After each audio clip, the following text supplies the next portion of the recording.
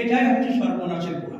ওই বাচ্চা স্কুলও পড়তো, আপনার কাছে মাওলানার কাছে এসে 1 ঘন্টা কোরআন তেলাওয়াত করতে পারতো ওই সময় যখন সে ছোট ছিল। যখন সে বড় হয়ে গেছে, চাপ বেশি হয়ে গিয়েছে, তখন আপনি বলেন না পরে হয়ে যাবে। এই যে পরে কথাটা তার জীবনটাও শেষ করলো, আপনি তার জন্য দায়ী হবেন। সালাওয়াতুল মুহাম্মদ সালাম ওই সমস্ত ব্যক্তিদের উপরে কি যারা বৃদ্ধকালে কোরআনে মজিদ ধরে কোরআনে মজিদ তেলাওয়াত করছে। এবং মানুষকে আমাদের গ্রামাঞ্চলে পাওয়া যায় না? অবশ্যই যায়। প্রতি গ্রামে আপনি দেখবেন বৃদ্ধ যারা আছে, অনেকে, সবাই নয় অনেকেই, তার ভিতরে কোরআনে মজিদ যে আদৌ জানতো না, সে কোরআনে মজিদ শিখে গিয়েছে। তার মানে কি? বিরাট একটা কাজ করলো না সে।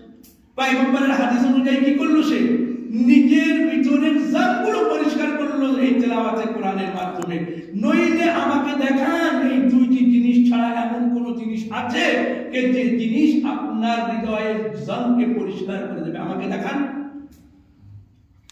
আমাকে কোন হাদিসের ভিতরে আপনি দেখান কেমন কোন জিনিস আছে যেটা পরিষ্কার করে দেবে? জিকরুল মওত, জিকরে মওত কিন্তু আহলে বাইত আলাইহিস সালাতু ওয়াস সালাম যদি তাফসীর করা হয়, আহলে বাইত আলাইহিস সালাতু ওয়াস সালাম তাই আহলে বাইত আলাইহিস সালাতু ওয়াস সালামকে স্মরণ করো, মৃত্যুকে স্মরণ করো, তেলাওয়াতুল কুরআন করো। এইজন্য জনাবে ফাতেমা জাহরা সালামুল্লাহ আলাইহা মাওলা কায়নাত শোনাচ্ছে আপনাদের আলী ইবনে আবি তালিব আলাইহিস সালাতু ওয়াস সালামকে কি বললেন? আলী, আমার মৃত্যুর পরে কবরে বসে আমার কবরে তেলাওয়াতুল কুরআন বলেনি? আচ্ছা, মাওলা কায়নাত জনাবে ফাতেমা জাহরা সালামুল্লাহ আলাইহা নিজে মাশাআল্লাহ রাত দিন শিক্ষা দিয়েছে সকলকে। কি কাজ জনাবে ফাতেমা জাহরা সালামুল্লাহ আলাইহা করেনি? সেই ফাতেমা জাহরা সালামুল্লাহ আলাইহা আলীকে বলছে, তার মানে কি? এই আলী কবর বিরাট ভয়ানক জায়গা, কবর বিরাট ভয়ানক জায়গা। আলী খবরদার, আমাকে যেন এইভাবে ফেলে দিয়ে দেবে। আলী খবরদার, তেলাওয়াতুল কোরআন করো, এসে আমার কবরে এসে তেলাওয়াতুল কোরআন করো। আর যদি কোনো বাপ, যদি কোনো বেটা, যদি কোনো মা মারা গিয়ে থাকে আপনাদের, তাহলে সেই কবরে যেদিকে গিয়ে আমরা ফাতিহাও না পড়তে পারি। এই জন্য হাদিসের ভিতরে আছে, মাওলানা মুশাহিদ যে হাদিসের ভিতরে লেখা আছে, অনেক সময় ছোট্ট কাজ হলো বিরাট সওয়াব দান করে। লেখা আছে যদি কোনো ব্যক্তি তার বাবা বা মায়ের কবরে প্রতি বৃহস্পতিবার বা শুক্রবার গিয়ে জিয়ারত করে, আল্লাহ সুবহানাহু ওয়া তাআলা তার হজে মাবরুরের সওয়াব দান করবে। অতএব তাকে হজের সওয়াব দান করবে, কবুল হজের যে সওয়াব সেটা দান করবে। কিন্তু বিরাট বড় জিনিস না, ছোট্ট জিনিস হতে পারে, হয়তো গুরুত্ব না দিতে পারি আমরা, কিন্তু পয়গম্বর আকরাম সাল্লাল্লাহু আলাইহি ওয়াসাল্লাম সেটা আমাদের কি জন্য যেতে পারি না? কোনো বিশেষ কারণে হয়তো যেতে পারি না, কিন্তু সব ছেলেরাই জানে যে না, বাবা মারা গিয়েছে, মা মারা গিয়েছে, কমসে কম ঘরের থেকে একটা ফাতিহা পড়ে দেই। ওই মা বাপ কত সৌভাগ্যবান হবে যে যাদের বাচ্চাদের তরফ থেকে তার কাছে ফাতিহা বা কোরআনে মজিদের তেলাওয়াতের সওয়াব পৌঁছায়। সাল্লাল্লাহু মুহাম্মদ ওয়া আলি মুহাম্মদ। এই জন্য মৃত্যু থেকে কখনো গাফিলাতে থাকবেন না। হারুনের নাম শোনা আছে, হারুনে আব্বাসী, হারুন রশিদ, হারুনে আব্বাসী হারুনে আব্বাসী একদিন স্বপ্নে কি দেখছে? হারুনে আব্বাসী স্বপ্নে দেখছে যে সাল্লাল্লাহু মুহাম্মদ ওয়া আলি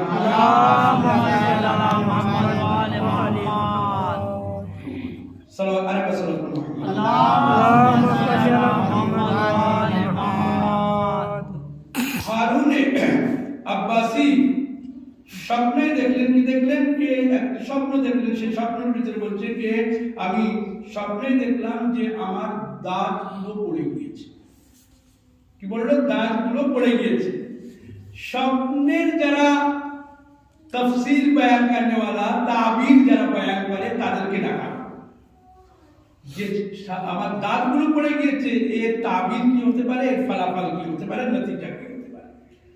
একজন আসলো, আসার পরে বললো যে আপনি যে দেখলেন যে আপনার 7টি দাঁত পড়ে গিয়েছে, তার মানে হচ্ছে এটাই के ताबीर बयान करने वालों को बुलाया और बयान किया कि तेरी सारी रिश्तेदारों के निगाहों के सामने तेरे निगाहों के सामने मर जाएंगे। বললো তোমার সব দাঁত পড়ে গেছে, এর ফলাফল নতিজা এটাই, তোমার সামনে তোমার সমস্ত আত্মীয় স্বজনগুলো মারা যাবে। হারুন যখন এই কথা শুনলো যে আমার সামনে আমার সব আত্মীয় মারা যাবে, দেখেন মৃত্যুকে কত ভয় করে, কে আমার সামনে আমার সব মারা যাবে, বললো শুনতে চাই না। এটা যেমন আমরা মৃত্যুর কথা বলে শুনতে চাই না, বললো শুনতে চাই না আমি একে ধরে জেলে নিয়ে যাও, কঠোর শাস্তি দাও। হারুনের কথা শুনে তাকে জেলে নিয়ে যাওয়া হলো, জেলে নিয়ে যাওয়ার পরে তাকে কঠোর শাস্তি দেওয়া হলো। কি কথার জন্য কঠোর শাস্তি দেওয়া হলো? এই কথার জন্য যে তোমার দাঁত পড়ে গিয়েছে স্বপ্নে দেখেছো, তাহলে তোমার সব রিশতেদার আত্মীয় স্বজন তোমার সামনেই মারা যাবে। সাল্লাল্লাহু আলাইহি ওয়াসাল্লাম। हारून को ये ताबीर अच्छी नहीं लगी, এটা ওদের ভালো লাগলো না, তার জন্য কি করলো, उसके बाद उसने दूसरे ताबीर वालों को बुलाया, দ্বিতীয় একজনকে ডাকার পরে বললো कि बोलो ये ताबीर की। दूसरे ताबीर बयान करने वालों ने बयान किया कि तेरी जिंदगी के तमाम रिश्तेदारों से तेरी उम्र जो है सबसे लंबी होगी। কি বয়ান করলো, যে তোমার সমস্ত রিশতেদার ও আত্মীয় স্বজনের থেকে সব থেকে বেশি লম্বা উম্র বয়স দীর্ঘজীবী হবে তুমি। এই কথা শোনার পরে হারুন কি করলো, খুব খুশি হলো, বললো দীর্ঘজীবীর কথা বলেছে, বিরাট ব্যাপার। যখন তারপরে শুনো একবার সাল্লাল্লাহু আলাইহি মুহাম্মদ ওয়া আলা মুহাম্মদ, যখনই বললো তুমি তোমার সমস্ত আত্মীয় স্বজনের থেকে সব থেকে দীর্ঘজীবী হবে, তখন সে বললো নিয়ে এসো ধন দৌলত দিনার দিরহাম যা কিছু আছে সব নিয়ে এসো, একে দিয়ে দাও। কেন? বললো যে এই যেহেতু, আচ্ছা আপনি বলেন, আপনাদের কাছে জিজ্ঞাসা করেন, কথা তো দুইটি হলো, দুইটি কথার মধ্যে পার্থক্যটা কত? দুইটি কথার মধ্যে কি কোনো পার্থক্য আছে? সাল্লাল্লাহু মুহাম্মদ ওয়া আলা মুহাম্মদ। দুইটি কথার মধ্যে কি কোনো পার্থক্য আপনি দেখতে পেয়েছেন? না পার্থক্য আছে? নেই? আছে। কি পার্থক্য আছে? ভাই পার্থক্য তো এটাই, কে একবার কি বললো তোমার সামনে সবাই মারা যাবে, আর একবার কি বললো সবার থেকে তুমি দীর্ঘজীবী হবে। সবার থেকে তুমি দীর্ঘজীবী হবে আর মারা যাবে না, সবার থেকে দীর্ঘজীবী হবে আর দুইটি কথার মানে তো একই, কিন্তু যেহেতু মানে এক হতে পারে, কিন্তু তারপরেও যেহেতু তার সামনে বলা হয়েছে যে প্রথমটা সে অপছন্দ করলো, দ্বিতীয়টা পছন্দ করলো, তা খোদা না করুক আমরাও যেন এমন না হই যে মৃত্যুর কথা যেখানে হবে সেখানে আমরা অপছন্দ, আর যেখানে এটাই বলা হবে যে না তুমি দীর্ঘজীবী হবে, আরে ঠিক আছে দীর্ঘজীবী হবে, দীর্ঘজীবী হওয়ার পরও আবার মৃত্যু আসবে।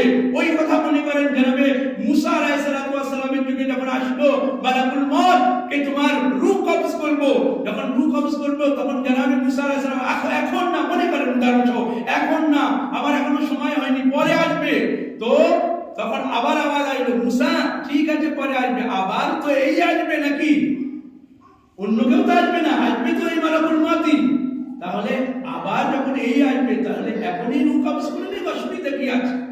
কিন্তু না, মানুষের আশা এটাই থাকে যে যেন দীর্ঘজীবী, সবার কিন্তু আশা এটাই থাকে। আবার মনে রাখবেন এটা দীর্ঘজীবী হওয়ার পরে যদি আমলে সলেহ করতে পারেন পাবে, বিরাট।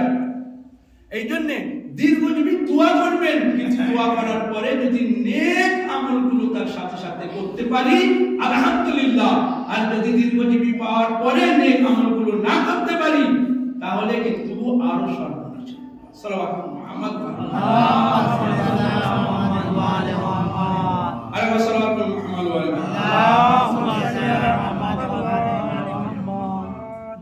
এই জন্য দেখেন ইসলাম বিরাট, এত বড় যে সবকিছু জানতে হবে তা না। এক ব্যক্তি রাসূল করিম সাল্লাল্লাহু আলাইহি ওয়া আলিহি ওয়াসাল্লামের কাছে আসলেন, এসে বললেন, ইয়া রাসূলুল্লাহ, অনেক দূর থেকে আসছি, অনেক সম্ভব নয় আপনার কাছে প্রতিদিন পৌঁছানো, আপনি আমাকে ইসলাম সম্পর্কে কিছু নসিহত করেন। আচ্ছা, রাসূল করিম সাল্লাল্লাহু আলাইহি ওয়া আলিহি ওয়াসাল্লাম যখন সেই কথা বললেন, রাসূল করিম তো ইসলামের ভিতরে অনেক কিছু আছে সেগুলো নসিহত করতে পারতো, কিন্তু বললো আমি অনেক দূর থেকে আসছি, এমন কিছু নসিহত করবেন যেন আমার জীবনে কাজে আসে। রাসূল করিম একটাই কথা বললেন, কি বললেন? কে যিকরুল মউত, আকসার যিকরুল মউত, বেশি বেশি মৃত্যুকে স্মরণ করো, ব্যাস বলে চলে গেল। আরেকজন হাদিসের ভিতরে আছে, অনেক দূর থেকে রাসূল করিম সাল্লাল্লাহু আলাইহি ওয়া আলিহি ওয়াসাল্লামের কাছে আসলেন, আসার পরে বললেন, ইয়া রাসূলুল্লাহ, প্রতিদিন আসা সম্ভব নয়, আপনার কাছে এসেছি কিছু ইসলাম শেখার জন্য, আমাকে অল্প ভাষায় ইসলাম শিখিয়ে দেন, অল্প ভাষায় ইসলাম শিখিয়ে দেন। রাসূল করিম সাল্লাল্লাহু আলাইহি ওয়া আলিহি ওয়াসাল্লাম দুইটি আয়াত তেলাওয়াত করলেন। কোন দুইটি আয়াত? ফামান ইয়ামাল মিসকালা যাররাতিন খায়রান ইয়ারা ওয়া মান ইয়ামাল মিসকালা যাররাতিন শাররান ইয়ারা। কাল কিয়ামত, আপনি জানেন নামাজে জুমার খুতবায় পড়া হয়, প্রতি জুমায় আপনি জানেন আলহামদুলিল্লাহ জানেন, এই দুইটি আয়াত রাসূল করিম সাল্লাল্লাহু আলাইহি ওয়া সাল্লাম খালি তেলাওয়াত করলেন, তার সামনে ইসলাম শেখার জন্য আসছিল। এই দুইটি আয়াত তেলাওয়াত করার পরে আগে বাক্যগুলো শুনবেন। এই দুইটি আয়াত যখন তেলাওয়াত করলো, তেলাওয়াত করার পরে ওই ব্যক্তি চলে যাচ্ছে, সাহাবীগণ বসে আছে, সাহাবীরা বলল, আরে তো দুইটি আয়াত শুনে চলে যাচ্ছে, যে ইসলাম শেখার জন্য আসছিল, দুইটি আয়াত শুনে চলে যাচ্ছে, কি ব্যাপার? তো রাসূল করিম সাল্লাল্লাহু আলাইহি ওয়া সাল্লাম সাহাবীদের কথার উপরে বললেন, এই সাহাবীগণ মনে রাখবে, এই ব্যক্তিকে এমন কথা বলবে না যে ইসলাম শিখতে পারেনি। এই ব্যক্তি দুইটি আয়াতে ইসলাম শিখে গিয়েছে, অতএব এই ব্যক্তি এখন ফাকিহ, আলিম, আলাম, মুজতাহিদ। তাহলে বোঝা যায় এটাই, ফামান ইয়ামাল মিসকালা, এর তরজমা কি বাংলা তরজমা এটাই, ফামান ইয়ামাল মিসকালা যাররাতিন খায়রান ইয়ারা। দুনিয়ায় সামান্য ক্ষুদ্র থেকে ক্ষুদ্র তুমি আমল যদি করে থাকো, তাহলে কাল কিয়ামতের দিনে দেখতে পাবে নেক আমল। যদি তুমি খারাপ আমল করো, সেটাও কিয়ামতের দিনে দেখতে পাবে, তুমি নিজে চোখে দেখবে সেটা। হুজুর, এই দুইটির ভিতরে কোন ইসলাম? এত জ্ঞানী হয়ে গিয়েছে ওই লোক। রাসূল করিম বলেন, হ্যাঁ, আলাম হয়ে গিয়েছে সে, মুজতাহিদ হয়ে গিয়েছে সে, তার ব্যাপারে কোনো কথাই বলবে না। তাহলে বোঝা যায়, যদি ইসলাম শেখার হয়, দুইটি আয়াতে ইসলাম শেখা যায়। তার মানে তার জ্ঞান এত ফিরে গেল যে ক্ষুদ্র থেকে ক্ষুদ্র জিনিসের কারণ আমরা কিয়ামতের দিনে দেখতে পাবো, এর থেকে বড় কাজ আর কি হতে পারে? তাহলে দুনিয়ায় আমি যতদিন বেঁচে থাকবো চিন্তা ভাবনা করবো, যে সারা বরাবরও হিসাব যদি হয়, তাহলে সারা বরাবরও হিসাব যদি আমার হয়, তাহলে আমাকে তেমন ভাবে চলতে হবে। যদি একজন ব্যক্তি তেমন ভাবে চলে, যদি একজন ব্যক্তি ক্ষুদ্র থেকে ক্ষুদ্র জিনিসগুলো যদি দেখে, তাহলে এর থেকে সৌভাগ্যবান ব্যক্তি আর কি হতে পারে? লাখ মজলিস শোনেন আপনি, হাজার মজলিস শুনবেন আপনি, কিন্তু তারপরে যদি আমল না থাকে, একটি আয়াত যে আপনার জীবনকে ফিরিয়ে দেবে, সেই আয়াত আপনার জিন্দেগি ও জীবনের জন্য যথেষ্ট। বাকি আপনি লাখ কোরআনের আয়াত শোনেন, লাখ আপনি কোরআন তেলাওয়াত করেন, লাখ আপনি প্রতিদিন কোরআন শরীফ আপনি খতম করেন, কিন্তু মনে রাখবেন এটাই, যে কোরআন শরীফ খতম করাটা বড় কথা নয়, কথা হচ্ছে এটাই বোঝাটা বড় কথা। কোন আয়াতে কি বলছে, কোন আয়াতে মানুষের জীবনকে ফিরিয়ে দিচ্ছে, এটাই হচ্ছে সবথেকে বড় কথা। এই জন্য রাসূল করিম ওই সাহাবীকে বলল, কে অনেক দূর থেকে আসছো, দুইটি আয়াত পড়বো তোমার সামনে, দুইটি আয়াত পড়ে দিল। সেই ব্যক্তি বুঝে গেল ইসলাম কি, তার উপরে আমল করতে লাগলো, তার দুনিয়াও ভালো হলো, আখিরাতও ভালো। সাল্লাল্লাহু মুহাম্মদ হামেশা খেয়াল রাখবেন এটাই, যে আমরা হামেশা এটাই বলি, দুনিয়ায় কিন্তু কিছু দিনের জন্য আমরা এসেছি, আসল কাহিনী শুরু কবরে যাওয়ার পরে, আসল কিস্সা তো শুরু কবরে যাওয়ার পরে। এই জন্য যারা ছেড়ে চলে গিয়েছে তাদের মাগফিরাতের জন্য দোয়া করবেন, তাদের ভালো শান্তিতে থাকে তাদের আত্মা, তার জন্য দোয়া করবেন। যারা এখন আমরা আছি, আমরা তাদের জন্য দোয়া করব। আমরা যখন এখান থেকে চলে যাব, আমাদের সন্তানরা আমাদের জন্য দোয়া, কিন্তু সন্তানকে তেমন লালিত পালিত করবেন, সন্তানকে তেমন। এই জন্য কোরআনে মাজিদের ভিতরে আল্লাহ সুবহানাহু ওয়া তাআলা কয়েকটি আয়াতের ভিতরে দুনিয়ার সবথেকে মূল্যবান জিনিস হচ্ছে জুটি, যে যাই সবথেকে মূল্যবান দুইটি জিনিস, এক হচ্ছে মা আর দ্বিতীয় হচ্ছে বাবা। কোরআনে মাজিদ আসেন এই ব্যাপারে, ওয়া ওয়াসাইনাল ইনসানা লিওয়ালিদাইহি ইহসানা, আমি ওয়াসিয়ত করেছি যে তোমরা তোমাদের পিতা ও মাতার সাথে ভালো ব্যবহার। وَقَضَى দ্বিতীয় وَقَضَى رَبُّكَ أَلَّا تَعْبُدُوا إِلَّا إِيَّاهُ وَبِالْوَالِدَيْنِ إِحْسَانًا, আল্লাহর ইবাদতের পরে সর্বোত্তম ইবাদত হচ্ছে মা ও বাবা যেমন ভাবে বলবে তেমন ভাবে চলা। বাকি আপনারা আয়াত শুনেছেন, বিভিন্ন মজলিসের মাধ্যমে শুনে থাকেন, আলহামদুলিল্লাহ। আরো বেশি বেশি আল্লাহ সুবহানাহু ওয়া তাআলা আপনাদের সকলকেই তৌফিক দান করুন যে মৃত্যুর পরে কিন্তু আর কোন রাস্তা থাকবে না, একেবারে বন্ধ রাস্তা, কোনো রাস্তা থাকবে না। মৃত্যুকে বারবার মনে করবেন আর নেক আমলগুলো করতে থাকবেন। হিসাব ও কিতাবের দিন আসবে, সেদিন কিন্তু আর কিছুই আপনি করতে পারবেন না। এই জন্য আপনার আমার বক্তব্য হচ্ছে এটাই, কে সেই দিনকে স্মরণ করে এবং নবী করিম সাল্লাল্লাহু আলাইহি ওয়া সাল্লামের এই হাদিসগুলোকে স্মরণ করে আমিও আপনি যতদূর সম্ভব এর উপরে আমল করার চেষ্টা করতে হবে, যাতে দুনিয়াও যেন শুধরে যায়। দুনিয়ার কাজগুলো করতে হবে, বলছি না দুনিয়ার কাজগুলো করবেন না, দুনিয়ার কাজগুলো করবেন। এক জায়গায় বসে আল্লাহ আল্লাহর রাসূলকে স্মরণ করবেন, ওয়াজ নসিহতের কথাগুলো বলবেন, কোরআন থেকে হাদিস থেকে অন্যান্য জিনিস থেকে কথাগুলো বলবেন। তাহলে আপনি সবথেকে আপনার সুন্দর জীবন হলো এটাই, যত আপনি গুনাহ হইতে নিজেকে দূরে সরিয়ে রাখতে পারবেন। সাল্লাল্লাহু আলাইহি মুহাম্মদ। আল্লাহ সুবহানাহু ওয়া তাআলা কিয়ামতের সেই হিসাব থেকে যেন আমাদের, এই জন্য মা বাবা ভাই বোন আত্মীয় স্বজন ছেলে মেয়ে, দেখেন দুনিয়া পরীক্ষা ছাড়া আল্লাহ কাকে কিভাবে পরীক্ষা নেবে আপনি বলতে পারবেন, কিভাবে আল্লাহ কাকে পরীক্ষা নেবে বলতে পারবেন, কারণ বলার ক্ষমতা নেই। কোন পরীক্ষা কেমন ভাবে আল্লাহ তাআলা নেবে, কেমন অবস্থায়, না শুকরি করবেন না, না শুকরি করবেন। অনেক সময় আপনার মাল ও দৌলত আপনার কাছ থেকে ছিনিয়ে নিতে পারে আল্লাহ, পরীক্ষা। অনেক সময় আপনার সন্তান আপনার কাছ থেকে ছিনিয়ে নিতে পারে আল্লাহ, পরীক্ষা। অনেক সময় দিয়ে পরীক্ষা করে, অনেক সময় না দিয়ে পরীক্ষা করে, অনেক সময় রোগগ্রস্ত করে পরীক্ষা করে। বিভিন্ন যে হালেতে আল্লাহ রাখবে সেই হালে রাখার নাম হচ্ছে মুমিন, সেই হালে শুকরিয়া আদায় করার নাম হচ্ছে মুমিন। আপনি কখনো নারী শিকায়েত হিসেবে নিজের জবান দিয়ে সেই বাক্যগুলো বার করবেন না। আল্লাহ সুবহানাহু ওয়া তাআলার কাছে তো লাখ লাখ শুকরিয়া আদায় করি, ধন্যবাদ জানাই কি পরওয়ারদিগার তোমার লাখ লাখ ধন্যবাদ যে আমাদের সামনে কমসে কম কারবালার কথা বলতে হচ্ছে। আমাদের ধৈর্যের জন্য কারবালার কথা তো আছে না, নেই? আমাদের ধৈর্যের জন্য, আমাদের যদি জওয়ান বেটা মারা যায়, আপনি বলেন কারুর ধৈর্য রাখার ক্ষমতা আছে? আছে? নেই। কিন্তু ওই জওয়ান বেটা যদি দুনিয়া থেকে চলে যায়, তাহলে আমরা কিভাবে ধৈর্য রাখি? কারবালায় আজ একবারের কথা মনে করে দিলকে মনে ঠান্ডা করবে, তাছাড়া কিন্তু মন ঠান্ডা হওয়ার কোনো জায়গা নেই। কোন ভাব আছে যে ঠান্ডা রাখবে নিজের হৃদয়? কিন্তু যখন বেটা যদি মারা যায়, কারবালায় আলী আকবরের কথা মনে করি। তাই তো কারবালায় আলী আকবরের উপরে কত অত্যাচার হচ্ছে। হুসাইন পিছনে পিছনে যাচ্ছে, আলী আকবর বলেনি বাবা কেন আসছো পিছনে পিছনে? ইমাম হুসাইন আলাইহিস সালাম কি বললেন? বেটা আলী আকবর, সন্তানের বাবা তুমি নয়, কিভাবে বলবেন বাবার মহব্বত সন্তানের কথা?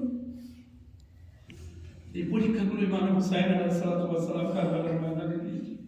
সেই ইমাম হুসাইন আলাইহিস সালাম নিজে হাতে ছোট বাচ্চা জনাবে আলী আসগরকে পানি খাওয়ানোর জন্য সহ্য করতে পারবেন, সহ্য করতে পারবেন। আলী আকবরের মত সহ্য করতে পারবেন না। আব্বাস আলমদারের মত সহ্য করতে পারবেন না। কারবালায় এক থেকে এক ঘটনা আল্লাহ সুবহানাহু ওয়া তাআলা কিন্তু সহ্য করার সেই হুসাইন ইবনে আলী আলাইহিস সালাম। আমি তো এটাই বলবো কি আমাদের এলাকার মানুষ যারা মারা যায় সত্যি খুশনসিব, সত্যি তাদের উপরে দরুদ ও সালাম, সত্যি তাদের ধন্যবাদ জানাই এই জন্য কমসে কম এতটুকু তো অবশ্যই আছে। সোমপুরে গ্রামে যদি কেউ মারা যায়, শিয়া হোক সুন্নি হোক বড় কথা না, যদি কেউ মারা যায় কাফন দেওয়ার লোক আছে নেই? কাফন দেওয়ার লোক আছে। দাফন করার জন্য মানুষেরা চলে আসে, কবর খোঁড়ার জন্য মানুষেরা চলে আসে। সৌভাগ্যবান না আমরা, সৌভাগ্যবান। ব্যাস কারবালার কথা একটু মনে করবেন, মুসাইব শেষ। সৌভাগ্যবান আমরা যে আমাদের দাফন কাফন করার জন্য যদি কারো কাফন যদি না জোটে না, তাহলে কেউ না কেউ দাঁড়িয়ে যায় বলে কাফন আমি দেবো, আমি আমার তরফ থেকে কাফনের টাকা নিয়ে যাও, কাফন কিনে আনো, আমি কাফন এনে দেবো। কারবালা আগামী মহরম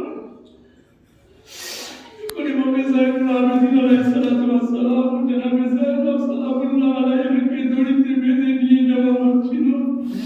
জনাবে যায়নুল আবেদিন যখন দেখলো যে কারবালার ময়দানে ৭২টি লাশ, লাশ পড়ে আছে, বাচ্চার লাশ পড়ে আছে, দেখছে ভাই ছোট ভাইয়ের লাশ পড়ে আছে, ৭২টি লাশ পড়ে আছে কারবালার ময়দানে। জনাবে যায়নুল আবেদিনের দিকে দেখছে, আর যায়নুল আবেদিনের রং দেখলো পরিবর্তন হয়ে গেল। জনাবে যায়নব আগে বাড়লেন, বললেন বেটা যায়নুল আবেদিন, তোমাকে এমন কেন পাচ্ছি? মনে হচ্ছে যেন তোমার রং পরিবর্তন হচ্ছে দেহে, মনে হচ্ছে যেন তুমি তোমার রূহ তোমার থেকে বার হয়ে যাবে। বেটা যায়নুল আবেদিন এমন কেন? তো জনাবে যায়নুল আবেদিন কি উত্তর দিলেন না?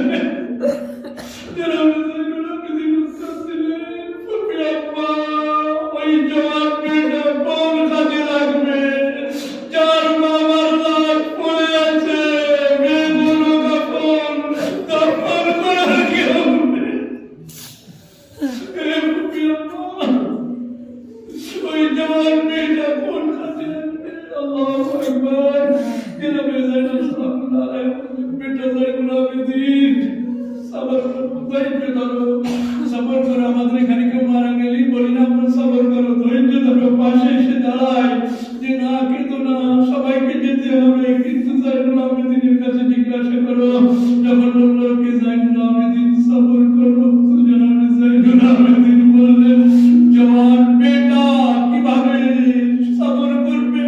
যার সামনে বাবার লাশ পড়ে আছে, কাফন তোমার নেই কেউ। আল্লাহু আকবার। একবার জনাবে যায়নব সালামুল্লাহ আলাইহা, আচ্ছা আপনি শুনেছেন যে কোন জায়গায় এমন হয়েছে, যে কোন জায়গায় এমন হয়েছে যে ভাই যদি দাফন না করতে পারে তাহলে বোন আগে চলে যায় আর বলে আমি দাফন করব। যদি বোনেরা কবরস্থানে যায় তাহলে লোকেরাই বলবে যে দুনিয়া কি হয়ে গিয়েছে, আরে এই গ্রামের লোকের কি হলো, কে বোনেরা যাচ্ছে দাফন করার জন্য। জনাবে যায়নুল আবেদিনকে যখন এই অবস্থায় দেখলো জনাবে যায়নব আগে বললেন জনাবে যায়নব ফিজা যাও উমরে সাদকে বলে দাও যে যদি তোমরা দাফন না করো যায়নবকে অনুমতি দাও, যায়নব ভাইয়ের লাশকে দাফন করো। যায়নবকে অনুমতি দাও, যায়নব দাফন করবে। আল্লাহু আকবার। কি উত্তর দিল জানেন? উমরে সাদ উত্তর দিল, এ ফিজা শাহজাদিকে গিয়ে বলো দাফন মুসলমানদের লাশকে করা হয়। আল্লাহ আল্লাহ বুঝতে পারলেন না? কারবালায় মুগরেসান যেমন কাফির কি বলছে যে এদের লাশ দাফন করা হবে না। ইমাম যাইনুল আবেদিন আলাইহিস সালাতু ওয়াস সালামের ফুফি আম্মা জনাবে যায়েনব সালামুল্লাহ আলাইহা বললেন কে এ বেটা যাইনুল আবেদিন চিন্তা করুন অবশ্যই লাশ দাফন করা হবে। নানা বলে গিয়েছিল, নানার কাছ থেকে শুনেছিলাম কে কেউ না কেউ থাকবে হুসাইনের সন্তানদের লাশগুলো দাফন করবে, কোনো এক কম তো থাকবে যে দাফন করবে। যাইনুল আবেদিন আছে এখনো, তাদের নাজিস লাশ তো দাফন হবে, আর রসুলের পবিত্র লাশ, সন্তানদের পবিত্র লাশ দাফন হবে না। এ যাইনুল আবেদিন ভেবো না। আল্লাহু আকবার। যে কওমকে হুসাইন বলে গিয়েছিল তারাই হুসাইনের আওলাদদের দাফন করলো। মুজিজা মারে পাশ যাইনুল আবেদিন আসলো। বুঝতে পারছে না তারা কি কোন লাশ কার লাশ, লাশের মাথা নেই কিভাবে বুঝবে। আল্লাহু আকবার। যাইনুল আবেদিন আসলো, আমাদের মুজিজা মারফাত এজাজে মোহাম্মদ যাইনুল আবেদিন আসলো। আসার পরে বললো এ বনি আসাদের মানুষেরা, আরে এটা আমার চাচা আব্বাস আলমদারের লাশ, ওইখানে দাফন করো। এটা মোহাম্মদের লাশ, ওইখানে দাফন করো। এটা আলী আসগরের লাশ, মাওলা হুসাইন আমার বাবা হুসাইনের বুকের উপরে দাফন করে দাও। ইমাম যাইনুল আবেদিন একের পর এক বললেন, সকলের লাশ দাফন হয়ে গেল। যাইনুল আবেদিন মুজিজা মারে পা দাবার নিচে ছিলেন।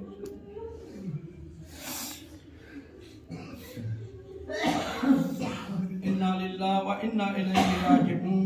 রাব্বি কাযাইহি ওয়া তাসলিমান লিআমরি ইলাহি ওয়া রাব্বি ওয়া সাইয়্যিদি ওয়া মাওলাই খুদায়ে বিহাক্কি মুহাম্মদ ওয়া আলি মুহাম্মদ। এই মজলিসের সওয়াব ইয়া আল্লাহ মরহুম আসাদ আলী, মরহুম আসমাতুল্লাহ, মরহুম আব্বাস আলী, খুদায়ে বিহাক্কি মুহাম্মদ ওয়া আলি মুহাম্মদ, এই মজলিসের ওসিলায় তাদের রূহ ও আত্মার উপরে ইয়া আল্লাহ তোমার বিশেষ রহমত ও বরকত নাযিল করো। খুদায়ে বিহাক্কি মুহাম্মদ ওয়া আলি মুহাম্মদ, তাদের কবরের উপরে কোনো আযাব থাকলে বিহাক্কি ইমাম হুসাইন আযাবগুলোকে সরিয়ে দিও। খুদায়ে বিহাক্কি মুহাম্মদ ওয়া আলি মুহাম্মদ, এই মজলিসের সওয়াব এই তিনজনের নামে আরো যারা মারা গিয়েছে খোদায়া ওদের আত্মীয় স্বজন খোদায়া তাদের নামে বকশে দিলাম। খোদায়া বিহাক্কি মুহাম্মদ ওয়া আলি মুহাম্মদ, মজলিসের ওসিলায় সূরা ফাতিহার ওসিলায় খোদায়া কবরকে নূর ও মুনব্বর করে দিও। খোদায়া বিহাক্কি মুহাম্মদ ওয়া আলি মুহাম্মদ আহলে বাইতের আলোয় আলোকিত করে দিও। খোদায়া বিহাক্কি মুহাম্মদ ওয়া আলি মুহাম্মদ, মজলিসে ইমাম হুসাইন আলাইহিস সালাতু ওয়াস সালামের ওসিলায় ইয়া আল্লাহ বরকত নাযিল করো। খোদায়া বিহাক্কি মুহাম্মদ ওয়া আলি মুহাম্মদ, এই মজলিসকে কবুল করে নিও। খোদায়া বিহাক্কি মুহাম্মদ ওয়া আলি মুহাম্মদ, বিহাক্কি হযরত যাহরা ইয়া আল্লাহ, হযরত যাহরা সালামুল্লাহ আলাইহা নেক দুআ ও শাফাআত কাল ইয়াউমুল কিয়ামা এদেরকে নসিব করো। খোদায়া বিহাক্কি মুহাম্মদ ওয়া আলি মুহাম্মদ, আল্লাহ তাদের কবরের উপরে রহমত ও বরকত ও নেমত ও মাগফিরাত নাযিল করো। খোদায়া বিহাক্কি মুহাম্মদ ওয়া আলি মুহাম্মদ, আর মোরা যারা এখানে উপস্থিত আছি আল্লাহ আমাদের মনের আশাকে তোমার বারগাতে কবুল করে নাও। খোদায়া বিহাক্কি মুহাম্মদ ওয়া আলি মুহাম্মদ, যারা মারা গিয়েছে খোদায়া তাদের আত্মীয় স্বজনদের সবর করার তৌফিক দান করো। খোদায়া বিহাক্কি মুহাম্মদ ওয়া আলি মুহাম্মদ, উলামায়ে ইসলাম মুজতাহিদগণদেরকে হেফাজত করো। খোদায়া বিহাক্কি মুহাম্মদ ওয়া আলি মুহাম্মদ, এই সোমপুর গ্রামে বিশেষ করে শিয়ান আলী ইবনে আবি তালিব যারা আছে ইয়া আল্লাহ যদি কেউ অসুস্থ থাকে তাদেরকে সুস্থ করে দিও। খোদায়া বিহাক্কি মুহাম্মদ ওয়া আলি মুহাম্মদ, বিশেষ করে মুশাররফ চাচার উপরে রহমত নাযিল করো। খোদায়া তাকে এই অসুস্থ থেকে ইয়া আল্লাহ সুস্থ করে দিও। খোদায়া বিহাক্কি মুহাম্মদ ওয়া আলি মুহাম্মদ, তার দর্দ বিহাক্কি হুসাইন দূর করে দিও। খোদায়া বিহাক্কি মুহাম্মদ ওয়া আলি মুহাম্মদ, যে তিনজন মরহুমের নাম নিয়েছি খোদায়া বিহাক্কি মুহাম্মদ ওয়া আলি মুহাম্মদ, তাদের কবরের উপরে রহমত ও বরকত ও নেমত ও মাগফিরাত নাযিল করো। খোদায়া বিহাক্কি মুহাম্মদ ওয়া আলি মুহাম্মদ, ज़हूर इमाम अलैहिस्सलाम जल्द से जल्द করে দিও। খোদায়া বিহাক্কি মুহাম্মদ ওয়া আলি মুহাম্মদ, আমাদের এই দোয়া को তোমার বারগাতে কবুল করে নিও। ওয়া আখিরু দাওয়ানা আনিল হামদুলিল্লাহি রাব্বিল আলামিন। একবার সূরা আল হামদ, তিনবার সূরা ইখলাস তেলাওয়াত করার পরে প্রথম ও লাস্ট তিনবার শরীফ মরহুম আসাদ আলী মরহুম আসমাতুল্লাহ এবং মরহুম আব্বাস আলীর নামে বর্ষিত। বিসমিল্লাহির রহমানির রহিম। আল্লাহুম্মা সাল্লি